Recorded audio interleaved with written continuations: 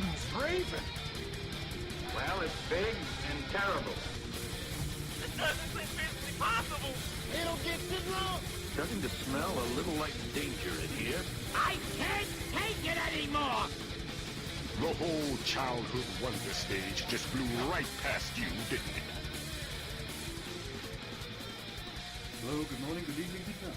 You have once again entered the old oil house. Something special. Because neither Rob nor Stu is here. Are you not here either? No. Oh, okay. So I'm by myself today.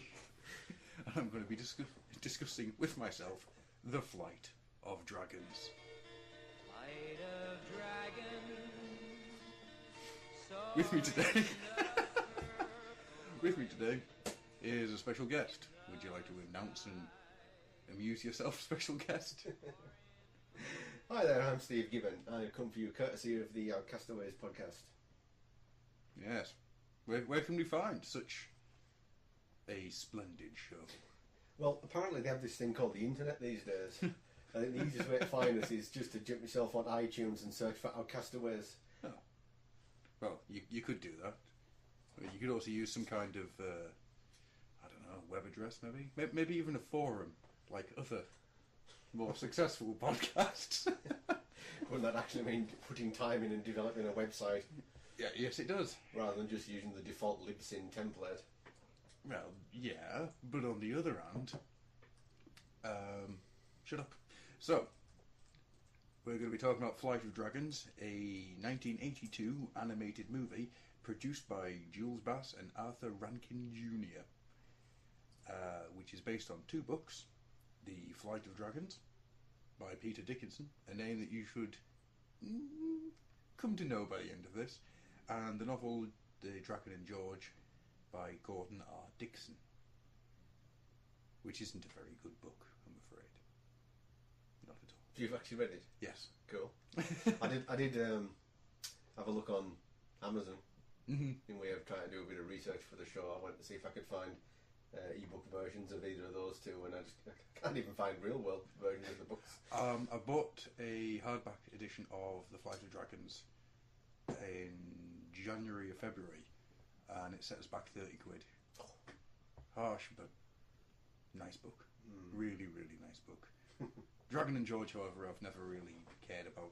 I once read it out of the library, and that was about it. It was alright. Second book's better. The name escapes me. Because there is a full cycle of them, but the name escapes me. But anyhow, should we get on with the film? Yeah. Right. He's going to sit and watch it. Yes. Look, you're not even going to get a commentary, listeners. You're just going to get us sitting here going, that was alright. So, we begin with a song. A song by Don McLean of American Pie fame. Would you like to give your opinion of this wonderful, wonderful piece of music? The song is absolutely fantastic. It shares the same title as the film itself, Flight of Dragons. It's just the fact that, as a kid, I loved this bit of music. The older I get and the more cynical I get, the fact that the song basically just gives you the entire plot, like all good 80s intros should do. It was the hallmark of animation in the 80s, was that the intro music, basically, if it doesn't explain the entire plot, it at least gives you the gist of who the characters are and what their special skills are. Thundercats, why didn't you give us more information? What do you mean? Thundercats told you everything you need to know. Thundercats are on the move. Thundercats are loose. Yeah. But never once is it Feel the magic, feel the raw. Or was it the other way around? I think you got it right. Yeah. But you never get the point where it goes, Mumra is an evil man, Thundercats are loose. Lino is a 12-year-old man, Thundercats are loose. Shitara is not a man, Thundercats are loose. You never got it. I mean, Pole Position gave you the full intro. Told you everything you needed to know. What do you need to know about pole position? It's two guys in two cars and Guy they and somehow girl. solve crimes while driving the race. Oh, that's Knight Rider, or Team Knight Rider. No, Knight Rider. You, like your parents were, are now secret agents of Pole Position. Pole Position. Yeah. It tells you everything you need to know. Pole position. I think we've digressed quite far away from the point here. So, we begin with a swan and several fairies playing in a river. And then they get pulled under a gigantic mill wheel. Yes, I said that correctly. With the help from the strange-nosed wizard, Carolinus. Yeah, what a hell of a nose that is. You're literally talking about a nose that stretches from the space between his two eyes right down to further past his chin, doesn't it, at some point? I don't quite understand later on how he manages to drink out of a cup without drowning. Yeah. There is a moment where when he takes a glass of milk and where he gets cider, turns the cider into milk, and then drinks it. Yeah. And I don't understand how he gets his nose past the... He just... Oh. One of many plot holes that we shall be discussing in this episode. Plot holes? Yeah. This is far too fantastical for plot holes. We shall be submitting them to moviemistakes.com. Carolinus drinks milk through his nose.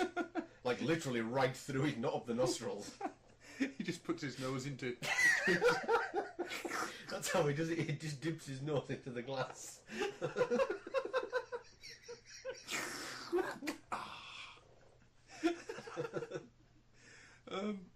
Aye.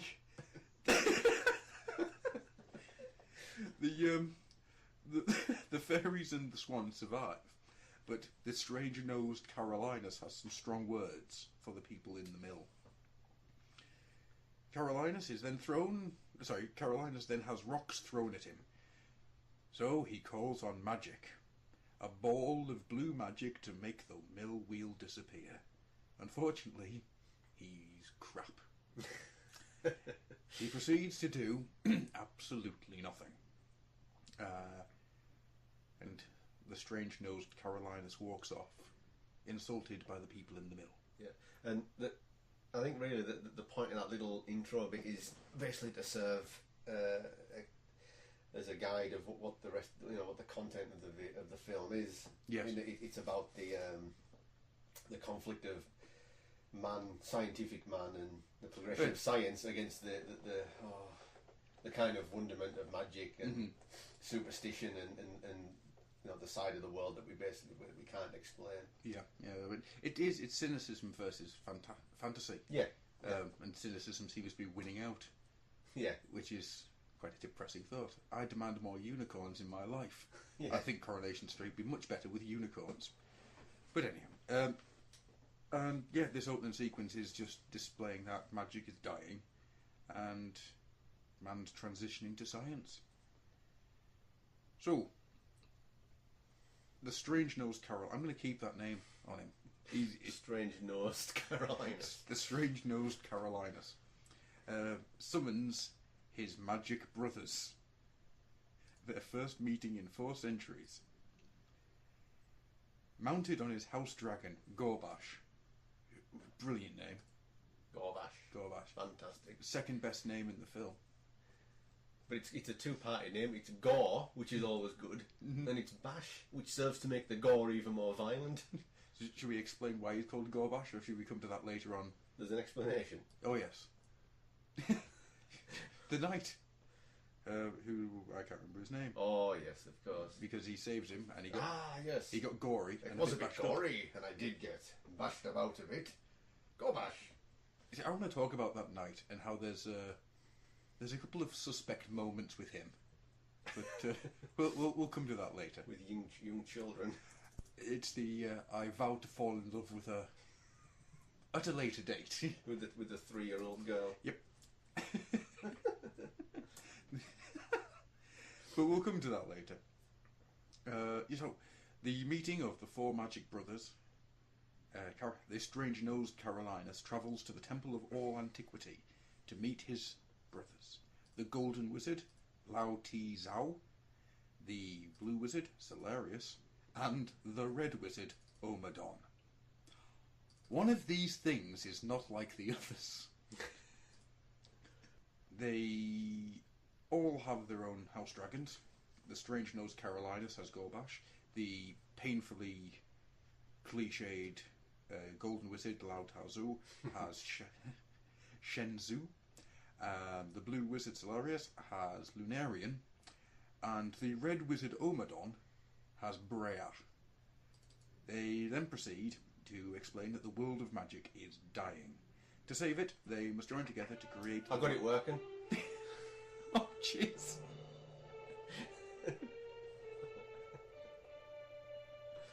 Right, okay. Completely lost where I was now. You were talking about how the dragon never closes its eyes. Not yet, I wasn't. Alright. Once we get to the bottom Sorry. of this sequence, we're going to start talking about the dragon. Sorry, that's the bit I'm waiting for, then I can jump in. For Shenzhou. To save it, they must join together to create the last realm of magic, a protected place where magic will live on after humans stop believing in it. Omadon refuses to aid his brothers and vows to dominate humanity by infesting humans with greed in an attempt to stop magic's death by force. The only way to stop him is to take his red crown, source of all his dark power. So, hilariously overpronounced word crown as well. oh don't yeah, forget. I think we do need to go through quite a few bits of this entire sequence. The first one being the pink dragon. Now, we... I remember the first time that we watched this, the pair of us, and the pink dragon has a notable handicap, where it seems to be completely and utterly unaware of anything that's going on around it, has a very docile look to his face, and apparently does not blink. And if memory serves me right, it was the section where we were talking about the other dragons throwing rocks at his head, Yeah. where it suddenly, the pink dragon snapped. Nothing changed, it's still sitting there with its docile face, but in its mind it's raging. Yeah. It's ready to kill. Yeah. The problem with the pink dragon was its facial expression was permanently stuck, but inside it was crazy. It was basically a slave inside its own paralysed face. Or so goes my theory, anyway. It's amazing how much backstory you can put to one singular non-blinking head. Yeah. He used to overthinking the simple things in life. Hurrah! Screw all the Temple of all Antiquity and whatnot. I demand more story of the pink dragon. Good old Shenzhou. The other bit of this scene that I think we need to discuss is Omadon's little rant. The I will turn man against man. I have to admit, I find that sequence actually really creepy. The sequence where it's just showing you all the things he's going to do, which ends with the A-bomb being dropped. That's right, yeah. Omadon's whole scheme is basically to, rather than hinder, is to encourage the development of man, I suppose. Yeah. He uses magic to help man's science progress way too far and make man greedy. It's kind of an apocalyptic take on what a lot of people's views, where we're headed anyway as a species, if you know what I mean. That, we're developing all this science and technology, and it's going to be the death of us, basically. Yeah. And like I say, the sequence ends with the big air-bomb mushroom cloud, supposedly signifying that we'll go that greedy with power and science and technology will eventually annihilate ourselves. And just leaving Omadon standing there as the victor. Yeah. But he says it himself, I will find a way to make man mine. Yeah. And I do think that this entire sequence is bloody terrifying. Especially when I was a kid. Nowadays I just find it creepy, but ooh. I remember the first time I saw it. It's the section where you've got the two guys talking to each other, and you've got little imp things talking in their ears. And they go from being really friendly towards each other to just basically knife fighting each other in an alleyway. And then he finishes his rant with what I think could quite possibly be one of the lines of the film. This I swear, on this my red crown, source of all my dark power. Where he then glows, disappears, becomes a gigantic holographic style image of his red crown, shows it to all and sundry, and then vanishes. By summoning all the dark powers, I will infest the spirit of man so that he uses his science and logic to destroy himself. What havoc I will raise. turn brother against brother. Greed and avarice shall prevail. And those who do not hear my words shall pay the price. I'll teach man to use his machines. I'll show him what distorted science can give birth to. I'll teach him to fly like a fairy. And I'll give the ultimate answer to all his science can ask. And the world will be free for my magic again.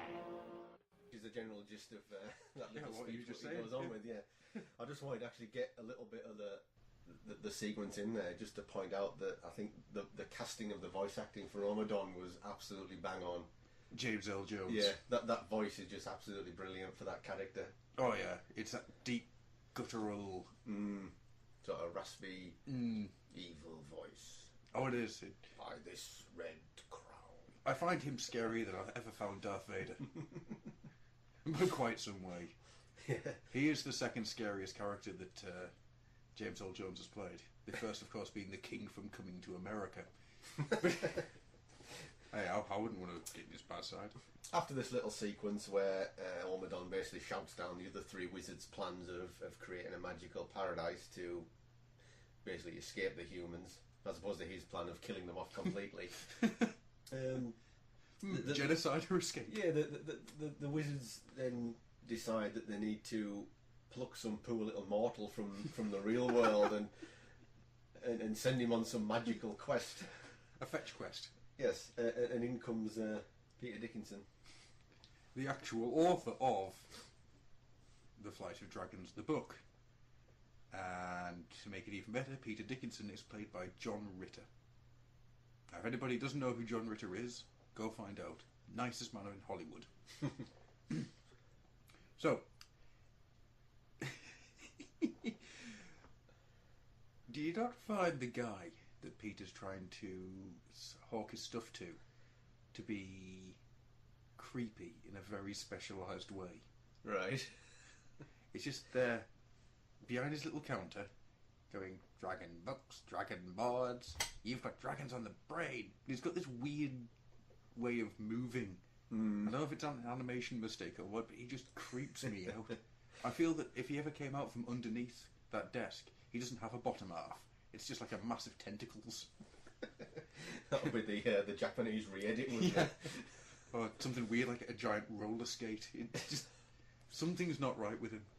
Yeah, you're thinking of the anime crossover, Flight of Dragons versus Urotsuka, don't you? Yeah, Legend of the Dragon Womb. Yeah. Flight of Tentacles. We're moving away from this, and we're moving away from it now. So, Peter gets transported back to medieval times, where he is asked to begin the fetch quest. However, before the journey begins, a magical mishap of epic proportions. I think the best way to describe this is fail. Yeah. An epic fail. Basically, of epic biblical proportions. An epic magical fail basically causes Peter's body to get merged with that of Gorbash. Gorbash, yeah. So basically his brain, his mind becomes merged with Gorbash's body. Yeah. So our poor little weed from the 20th century suddenly finds himself to be a living, breathing dragon. Thus, hilarity ensues. I just like the idea of, we have 3 people to go on our quest. Oh no, Brayek's attacked. We have 2 people to go on our quest. And neither of them are a person. Marvellous. So, the Gorbash Peter now has to be taught on how to be a dragon by Smeargle, Gorbash's uncle, who is also a dragon, and he gets the knight we were speaking of, Sir Orrin Neville Smythe, who I think we need to quickly discuss to get it over and done with. Otherwise, it's going to be hanging over the rest of the show like some kind of dirty night, really. Yeah, so basically, Neville Smythe is your typical. He's initially portrayed to be your typical, chivalrous knight of the medieval era. The old going on quests, fighting, slaying dragons, and that sort of thing. And he initially appears to be a man of character, but whether intentionally or just by poor script writing coupled with 21st century cynicism, we tend to find a little bit of a dark side to our secondary hero. For he does actually say the magical words. I found that Coriolanus had adopted himself a magical daughter, and I vowed, an enchanting daughter. Yes. I vowed to fall in love with her. When she came of age, of course, it's that last section that does it for me. It's just, when she came of age, of course, as if he's just realised what he's just said is completely and utterly wrong by normal social standards. Yeah, it's almost as if the voice actors were just ad-libbing the script. Do you think that's maybe something he added on during the initial voice recording? Because it wasn't in the original script and he was like, ugh. It could well be. It does have that sort of sped up moment of, I vowed to fall in love with her. Once she came of age, of course. Yeah. Yeah. I think that was a last minute addition. It could well be, because maybe he basically just rattled it off while he was recording the voice. Yeah. And then he just animated that bit. Do you see his voice move when he says that? I can't remember. Or has he got like a mug of meat in front of his mouth while he's talking? It's the moustache. You don't need to see his mouth move. He's got that epic Tom Selleck moustache. Yeah. While we're talking about like script issues and things like that, one thing I thought that's odd in the film is that at one point they make a point, strange little things, I'm sure it happens a few other times, but they make a point of how there's some kind of, what do the quote, what's like the wizard's rule book or whatever it is, and for whatever reason they make a point that there can only be 3 people in a quest or something like that. Yeah, 3 to start. Basically, it's a very flimsy pretext to get more characters into the show. Yeah, into the film. Yeah, they do mention that according to the ancient laws of antiquity or whatever it is, a quest must have at least 3 people. No, isn't there a point where they say they can't continue because there's no longer 3 people? Yes, that's why Smeagol comes on, because it was originally going to be Sir Owen Neville Smythe, the Peter Dickinson and Gorbash. Yeah. And because Smeagol was old and was going to go off and do dirty things to female dragons, it's inferred he doesn't actually say it. You just thought it up.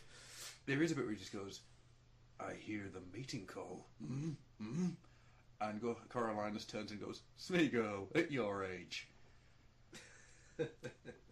Okay, maybe inferred's the wrong word, but I think I'm just reading more into it as Smeagol's some kind of dragon pimp daddy and going round. Well, if we didn't read too much into 80s cartoons, you wouldn't even have a podcast. Well, this is true. I wouldn't be able to say such wonderful things as, Spider-Man!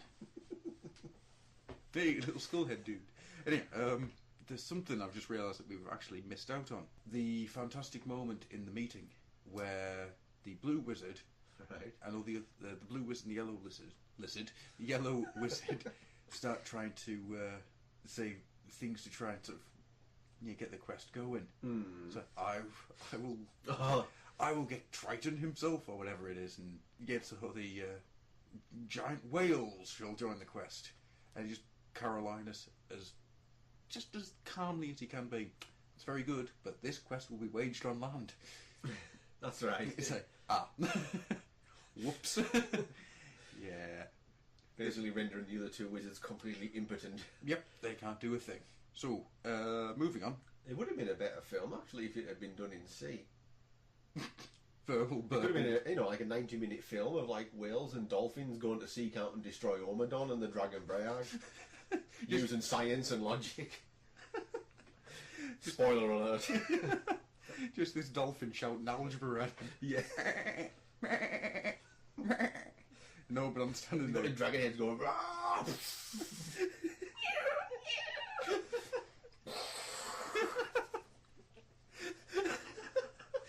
You see, Omadon doesn't believe in fish. You go against all magic.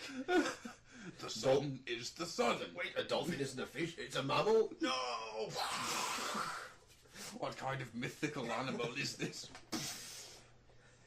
I think we're getting far too ahead of ourselves by spoiling the ending with the dolphins and explosions. Which is why the Lord invented Audacity, wasn't it? Oh, God. Right. Moving on. So anyone who plays the weekly drinking game, there's your first moving on of the show. So, you've got Sir Dirty Orin Neville Smythe and the Man-Dragon Gorbash and Smeargle. They go and they find themselves at a campsite where they are attacked by rodent-like creatures called sandmerks. They attack with a insanity-inducing cry here. The sandmerk attack. Once again, I remember this when I was very young. Bloody terrifying. That's right, yeah. It's a really one of the many creepy scenes in the film, isn't it? When just to set the scene, our team of heroes are set in a little campfire, little situation in the middle of the woods, and Ormadon sends out the sandmerks to where these little creatures attack you is basically by making a noise so hideous that it melts your brain. Yeah. So while there's no actual action or violence, so to speak, of it, it's just the image of these people with these little chattering little rat-like creatures making this little chattering sound, and it's just the sort of detail when they're clutching the head like this, and then they really look like the heads are about to explode. But they're all singing songs as well. You've got Oh no, Smeargle's asleep. He doesn't wake up. Smeargle sleeps through the whole thing because he's deaf. Gorbash is singing "I Came from Alabama with a banjo on my knee" in this weird sort of screaming style, and the knight Orin Neville Smythe is singing something, but you can only get words out of it because he's just screeching it. Yeah. With a cuckoo bird and a rose and and then screaming it. So, the blue wizard, Solarius, manages to destroy the sandmerks by using a dead wolf. Am I incorrect with that sentence? Yeah, basically, I forget what the wolf's name is called. Arag. But, he basically... He comes across this wolf that's died in the sea, so Solarius being the... Dragged to sea by a kraken. That's the one. Was it a kraken? Was it giant squid? Giant squid. Giant squid. You're thinking of Pirates of the Caribbean too. I hope not. You can't get it out of your head. No! So basically he comes across this drowned wolf for whatever reason. Being the wizard of the sea that he is, he can magically... He doesn't actually bring it back to life, does he? He says, I'll let you live for this short period of time, and if you go and save my friends that are doing... Okay, that's the toast ready. There he goes. So he basically, I won't jam on that. He basically turns out this wolf and blackmails him into helping his friends in exchange to be alive again. Yeah. Which is why this wolf is able to plough through the sandmerks because he's nothing living. He's dead. Yeah, nothing living can handle the brain fire. Yeah. So Solarius just basically goes, "You're a zombie for the next half hour." That's right. Yeah, it's a zombie dog. It is. He's undead. Yeah. So he can kill the Sandmerk Queen, and then, as he says himself, he starts breathing the moment. Yeah, she's dead. The line is the moment he died, then he started to breathe. It's quite bizarre. So they travel on their fetch quest, and oh god, yes. He joins their quest, and Princess Melisande, back at the strange-nosed wizard Calarius? No. Carolinus, thank you. The name completely escaped me there. Is put into a deep sleep by the cries of the Sandmerks whilst using her newfound magical abilities to see the party. You're right. Basically, she spends the entire film basically in like a feverish trance. Yeah, watching them. Yeah, and for some reason she gains the magical power to be able to see what's happening in the quest. Is that because Carolinus runs out of magic power? It's something. Because I'm sure he starts off watching it in his little crystal ball. Yeah, and then he starts like hammering it, doesn't he? And yes. then that's when he finds out that she can see them as well, or something very convoluted anyway. But it does seem to add to the horror because she's watching it and you're getting her strange little voiceovers at times. Yeah. Especially the ogre attack, but we'll come to that shortly. Her voiceover managed to really hammer home the horror of the section. So the group carries on, and they are attacked by a hobbit, and some more hobbits, and yeah, they're hobbits. They call themselves elves, but they are hobbits. Giles of the Treetops is a hobbit. There is no other way around this. They're hobbits. They attack because they are mistakenly suspicious of the dragons, and they use flowers. Flowers in nets to make the dragons go to sleep. Yeah, they basically drop special nets on them. Like I say, they have these little flowers sort of woven into them, and for some reason these magical flowers send dragons to sleep. And then we get the... now, this is one character I think that the film quite could easily, if this character hadn't appeared in the film, there would be no major difference. The archer Danielle turns up and saves the group because she recognises Sir Orin. And then Giles and Danielle join the party for their magical fetch quest to go and throw Omadon into Mount Doom. That's how I remember it. There isn't really much to say about all this section because it's just, nothing much happens. We get 2 new characters joining the party.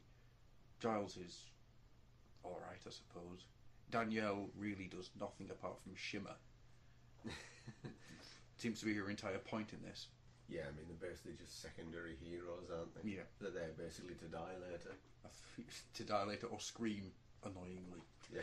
So, they find an inn, but in the night, and this is my favourite section of the entire film. During the night, an enormous ogre attacks the inn, destroying it, murdering the innkeeper, and kidnapping some of the party. Peter and Smeagol must rescue Sir Orin and Danielle from the castle. During the fight, Peter is overwhelmed, so Smeagol must intervene. In doing so, the older dragon kills the ogre of Gormley Keep by sacrificing himself. This entire sequence, from the very beginning of when it gets dark, you've got the Melisande doing the voiceover as was 2 mad eyes burn where 3 once were. Is that what it is? Something like... Or is it 1 eye where 2 once were? I can't remember. With 2 mad eyes where 3 once were. The Told you. ogre. Okay, you win. The ogre of Gormley Keep. It's the fact that the thing murders the innkeeper. It's not just, oh no, he's being hurt. It's, he's dead. He's well and truly dead. He ain't coming back. Would you like to help me find the rest of him? I mean, for a kids' film, there's a lot of killing going on in this movie. Oh yeah, well, yeah. You've got Bryak for a start. Yeah, who just kills everything that looks at him funny. Yeah. It's the pink dragon's the only thing that can stop Breya. And he's trapped inside his own face. He once lost his temper at Breya, and that's why Breya's now evil. Originally, Breya was just a small, timid little guy until the pink dragon snapped and beat him up. Now Breya wants revenge. But the important thing is that the pink dragon's facial expression did not change at all during the whole beating. Of course not. Even the point where he ripped out somebody's heart and fed it to them, his expression was still that of docile stupidity. Same old wide-eyed look. It's like saucers staring into the night. And then you have the fight between Smeagol and the ogre, which is fairly visceral, to be honest. It's quite nasty. And then Smeagol comes out with such wonderful little things, cheerful little lines like, "Something's bust inside me." Yeah. Oh dear. Yeah, in the ogre fight, the fight's all basically large objects being thrown into various brick walls. I think is the concept of the fight there. It did give me my favourite attack ever. I'm beating the ground to death with you. But yeah, at the end of the day, it's an excuse for I can't remember his name. Smeagol? Smeagol to die. Yeah. Not Smirnoff. Smeagol. We call him Smirnoff. Oh, we'll call him Smirnoff from now on. Right. He's dead now, so he's not turning back up. Smirnoff Red. Smirnoff Red versus the Ogre of Gormley Keep. Yep. Round 1. Fight. The survivors move on to Omadon's Red Realm. Nothing like Sauron's Black Lands at all. Nothing. No, not at all. There's no Lord of the Rings going on here. And they come across the Worm of Sligoth, not Smirnoff. Now, I've just realised something. The worm. His face is the face of the shopkeeper. Is it? Yes. The worm and the shopkeeper from the beginning of the film have the same face. That's right. It is. No wonder this thing has been creeping me out for years. Yeah. No wonder the shopkeeper, I've always had this image of him having tentacles under there. The Because he's shopkeeper the has an worm. enchanted worm face. Yes. So, so if you look at this as like parallel dimensions, right? Right. The shopkeeper really does get it a bad shake at the stick here. Yeah. Peter's a dragon in this world. Shopkeeper's a worm. Poor Peter.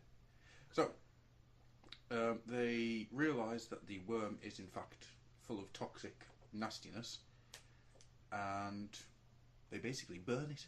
Yeah, it's your typical Independence Day style UFO killing, where you wait for the opening and then fire straight into it. Yeah. Although the only difference is the UFO mothership is a worm and the firing is actual fire. Independence Day would have been so much better that way. It's your typical invincible bad guy situation, but with one... The one chink, the Achilles one heel. chink in the arm, the Achilles heel. Your typical Death Star situation. So, I wish Star Wars would stop coming up in here. This is the third time we've mentioned something Star Wars related. It's not good. So, the Omadon is a little bit annoyed about the worm of Smirnoff being defeated and blowed up real good. So, he sends out a giant black hand of despair. They all become depressed. Until they use a magic shield given to them by Blue Wizard Solarius to defeat the spell.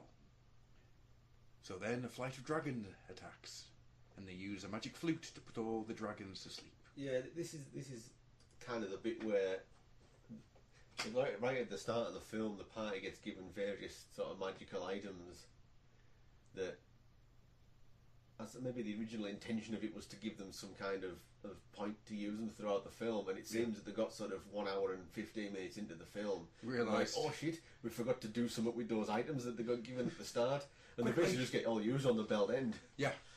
Quickly, despair, use shield. Dragons, use flute. Damn it, river dance, use shoes. Wasn't there a sword in here somewhere as well? Oh, more than likely.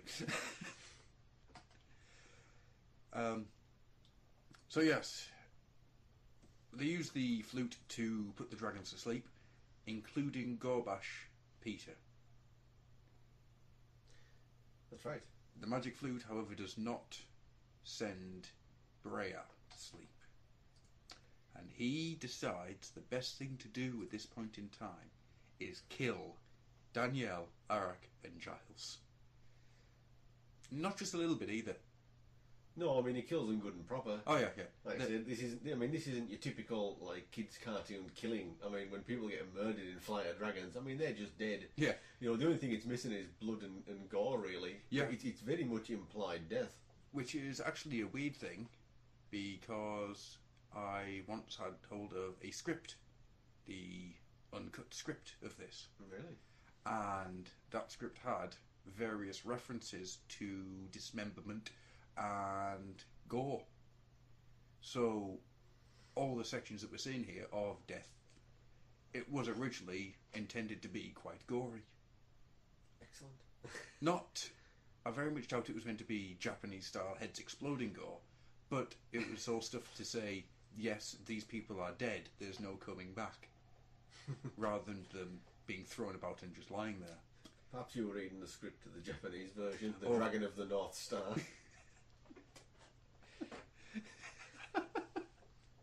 For those of you that haven't actually seen that, The Fist of the North Star is the most head-exploding film you will ever see in your life. Oh, I do think there isn't any other films that explode as many heads as...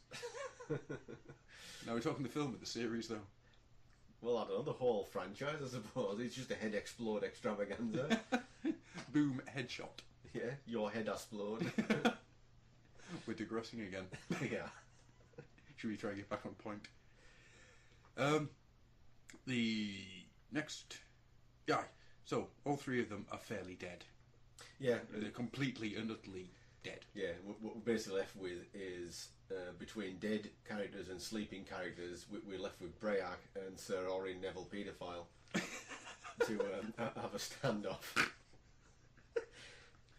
And the long and short of it is that Sir Orin Neville Smythe has his little chivalrous moment and allows Breac to completely engulf him in fire before throwing his ignited sword into the heart of Breac, which then ignites him and kills him, but also kills Sir Orin Neville Smythe in the process. Yeah, it's the heroic death. Yeah, which basically then leaves us with your classic one bad guy left, one good guy left. Because what happens after this part is that we get revealed to us that although Gorbash body fell asleep, Sir Peter remained awake inside his body and then gets separated from it. Whereas he says that Peter realised that two things cannot exist in the same place at the same time. Yeah, and this is the part where the film actually starts to get very sciencey.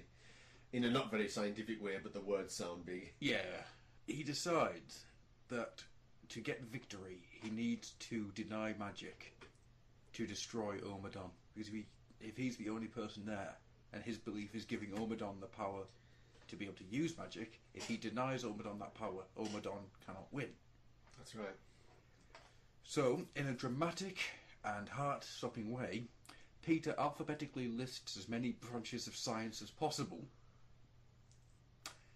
Omadon, in a heart-stopping dramatic way, turns into a giant dragon thing with many heads, and then lists a list of foul creatures, harpies, demons, witches, etc., but cannot withstand the onslaught of science from Peter Dickinson. I would like to know your thoughts on this final battle of epic proportions. It's a strange one, considering how sort of violent and crude the rest of it is. It's a strange way to have a final battle, because it's not your sort of typical big strong hero fighting the dirty underhanded bad guy. It's almost like a battle of wits.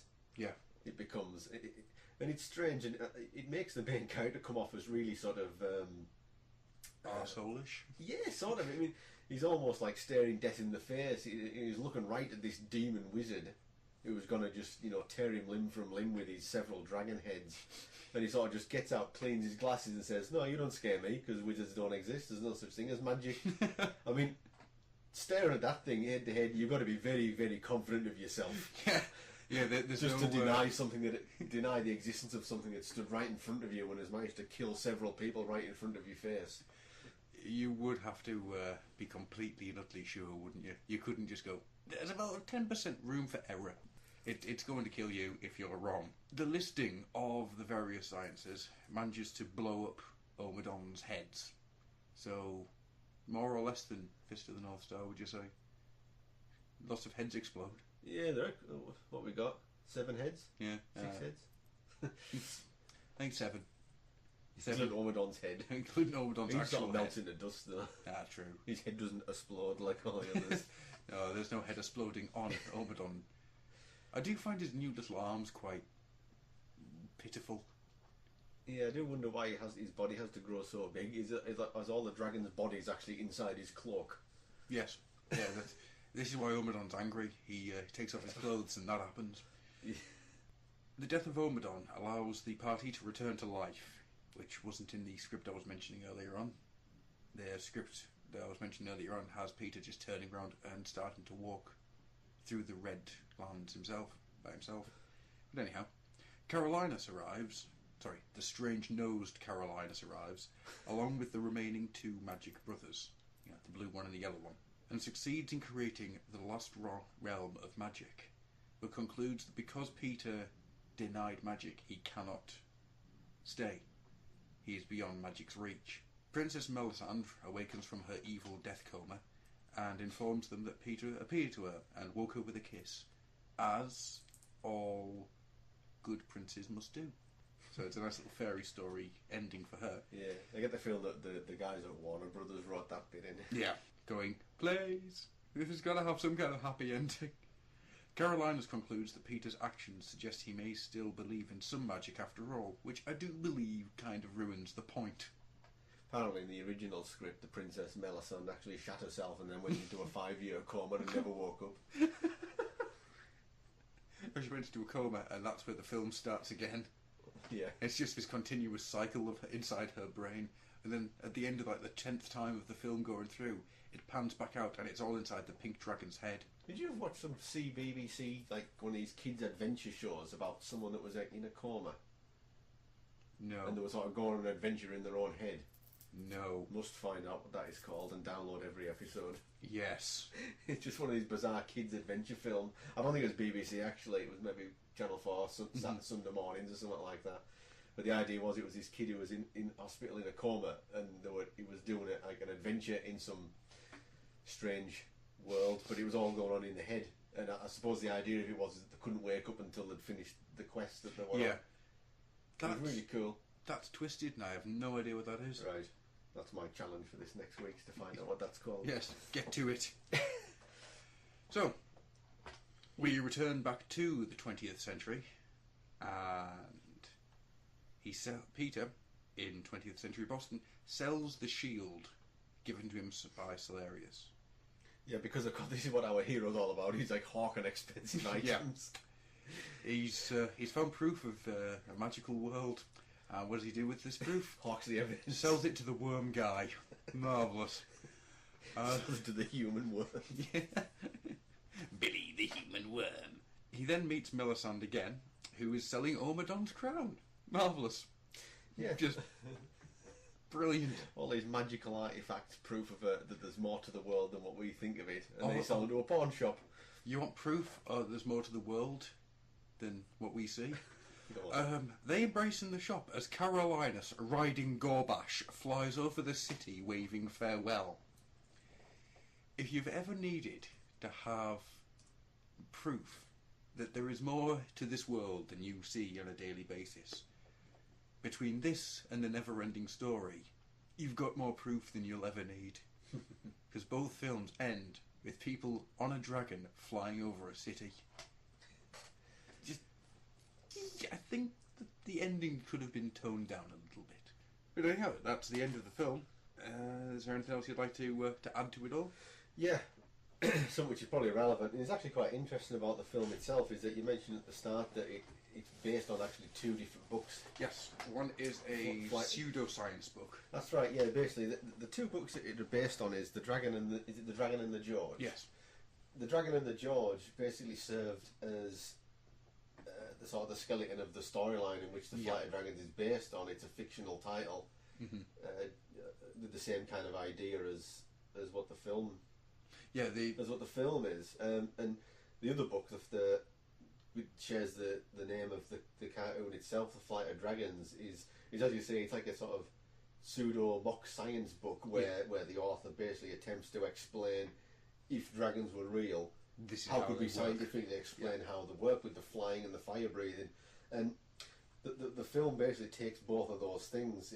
It's got the storyline itself, but at multiple points in the film, Peter attempts to explain to himself how all these magical things are actually happening. There's a little sequence where Smeargle and Gorbash are in the limestone gem mines. Yeah. And they get Smeargle's trying to explain to Gorbash how to be a dragon, and they basically go and get gemstones from a little dwarf mine, and they eat the gems and crunch the limestone up, and he does this little diagram on the side of the wall where he sort of explains, well, this causes this kind of chemical reaction, and hydrogen in the lungs causes us to breathe, and that sort of thing. And it's interesting how it takes electrical charge in the back of the throat or whatever it is. You see, we got this great, like a honeycomb of bone and muscle inside us. Compartments we can expand and contract. And when we expand, the hydrogen, dragon fire as it were, expands and makes us lighter than air, and up we go! I wonder why it comes out as fire. Because we're dragons, and dragons breathe fire. Yes, but what makes the ignition? The Thor thimble, fool. Look in the roof of your mouth. Feel it with your tongue. Yes, it feels like a thimble. Ow, ow! Electricity. The electricity ignites the hydrogen, hence the fiery breath. Dragon fire, dragon flight, it all makes perfect sense! Oh! Shut up and eat your limestone. Yeah, so it's quite an interesting idea. How it takes parts of one book and then concepts from another and sort of blends them together into the film. It's, it's only really at the start of it, but yeah. I mean, once you get the basic premise out the way of how dragons work, then they don't really keep coming back to it. No. What's also interesting is the fact that the art style is... The animation style of the cartoon is the same as the design style of the book. All the dragons have that big, sort of bulbous, heavy look to them. Right. They've all got this strange face. All the monsters have that weird... I don't know how to describe it. Unearthliness. Yeah. And it's the same in the book. They've all got this very weird look to them. And it's very original, and it stays in its own little genre for that. Because nothing I've ever seen has ever come close to looking like that. It's certainly got a unique animation and drawing style. It's very style. Grotesque in it. Yeah, it is. Especially some of the evil characters are really sort of twisted and deformed creatures. Like they didn't hold back in making them scary looking, really. No. But not even just like the 3 mill workers. Yeah, all 3 of them. All the older human characters are also very deformed. It's very sort of exaggerated. Yeah. You know, in the way that it's drawn. Like with Carolinus with his great big whopper nose. I know it's sort of stereotypical for the wizened old man to have, like, you know, the big ears and the bigger nose, and they basically just took that sort of thing to the extreme. Super Jude him. So yeah. That might get cut off. Anyhow. The nose or the Jew comment. One of the two. I'm not certain which. And I think with that we'll just do some final thoughts on it and then be done. I mean, I love this film, and as much as we have kind of taken the piss a little bit, it is one of my favourite films, and I do have to say it's possibly my favourite animated film of all time. Nothing, I don't think, ever comes close to it. It is just wonderful. So, yeah, it's a typical underrated film, really, isn't it? Oh yeah. You know, it was like I say, it's probably a masterpiece, really, especially for what it's essentially supposed to be a kids' animated film. It has appeal to anybody, really, especially in today's Lord of the Rings, Harry Potter 3.5-hour movie world. I do find it criminal that this thing has not had a proper DVD release. Yeah, I mean, the only Especially DVD now. release it's had is on that Warner Brothers archive over in America. Yeah. And my understanding is it's basically nothing more than a VHS transfer. Yeah, exactly. It hasn't been. It does actually state on the website it hasn't been remastered in anywhere. No. Which is unfortunate, but it's probably if you want a good quality copy of it, it's probably going to be your only bet. And the only one I've got is off a beat up old VHS tape that I got a few years ago and digitised. Yeah, that's right. Complete with, you know, like half an inch of fuzz at the bottom of the screen all the way through it. Hi. Oh, which I think I actually bought at a second-hand shop in about 2002. So, which is quite depressing. So yeah, I think we'll just draw this one to a close then, and I might go out with a cattle prod now and make people sing the song for me, for my own personal amusement. Yeah. Alright then. Well, with that, is there anything you'd like to pimp out? No, I just want to take us out with a nice bit of music. Alright then. This is Grufflock saying goodbye. Bye bye.